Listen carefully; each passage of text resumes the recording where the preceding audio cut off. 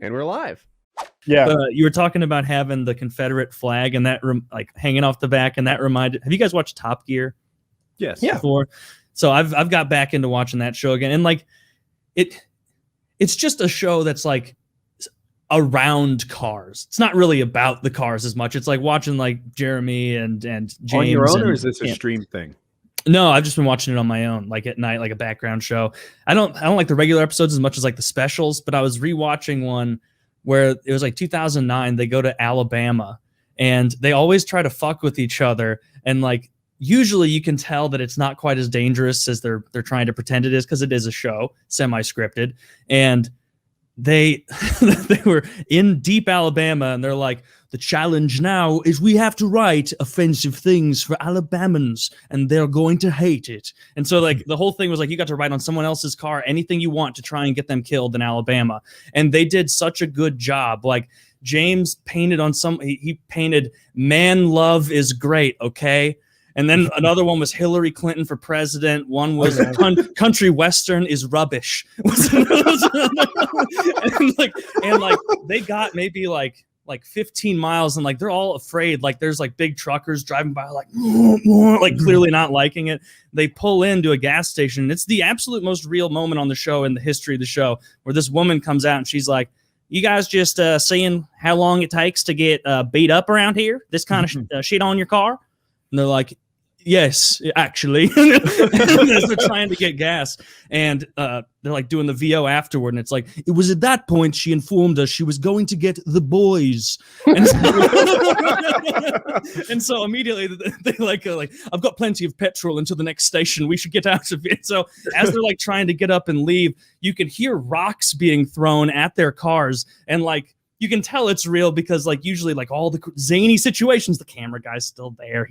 It's like, no, the camera guy's running down. It's like Blair Witch, like trying to get away. And it shows them like pull into like an alley, like 10 miles down the road, and like frantically pouring Coca-Cola all over their cars to get rid of the messages. It was like, I was cracking up. But anyway, I fucking love that show. I can't get enough of all their adventures. The new one's still good. I really haven't folled it after they left. Is it BBC? Maybe? Yeah. The new one's called Grand Tour, and it's like 4 or 5 seasons. It's still really good. I enjoy it. I like I said, I like it when they go further with Amazon. Like the BBC thought it was like a car show, and so they'd be like, you're gonna talk about the cars, and you're gonna do this, and like Amazon's like, hey, how about you guys all pick a boat out and try and make it across Cambodia? And they're like, all right, like it has nothing to do with cars, but that's the point.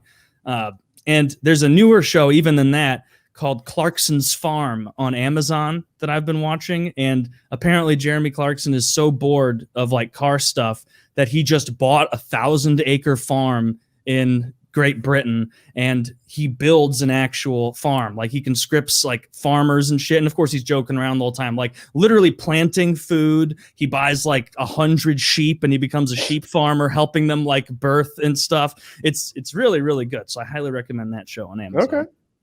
Yeah, Clarkson's. Richard Hammond. Of course, you know who he is. He's for people who don't know, he's like I don't know if he's younger, but he looks younger. He's better looking and he's shorter. That's the one that he is. He was feuding with his neighbors. I forget what they were so upset about. Yeah, I think maybe he was like running his John Deere and making noise, and they didn't like what he was doing with his house. So he bought his neighbor's house and ended the feud. Nice. It's fucking baller. Oh yeah, these guys are like it's such a global show. Like I was watching an interview where they were like, someone was like, is there anywhere in the world you guys have gone where that people don't recognize you? And they're like, no, we pulled up to and they called James May Captain Slow because he never puts his foot down no matter how much it's needed. And he said he was going up to like a hut in Syria and like way before the war in like 2011 or something. And he was like going to like refill his I don't know, his coolant system. And he's like, this guy doesn't have electricity. He's just a shack in the middle of Syria. And as he's walking up, the guy's like, welcome to my country, Mr. Slow. And it's like, Jesus Christ, like you really are like a global phenomenon if a shack guy in Syria knows who you are. So that'd be wild to be like globally famous that way, where like you go to China and people are like, oh, it's a Top Gear guy.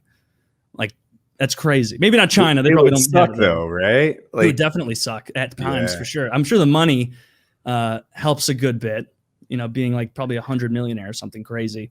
Everyone says that. It doesn't help. Like, it's nice, but it's separate, right? True.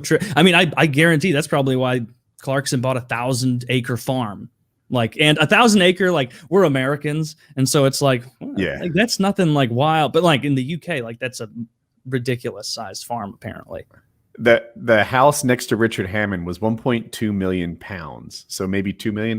That's a lot. Yeah, $2 million because his neighbor was angry. We're fussing at him. He's like, oh, are you fussing at me? 2 million, and it just problem solved. Yeah, get the hell out of here. I'm the Top Gear guy. Fuck you. Yeah.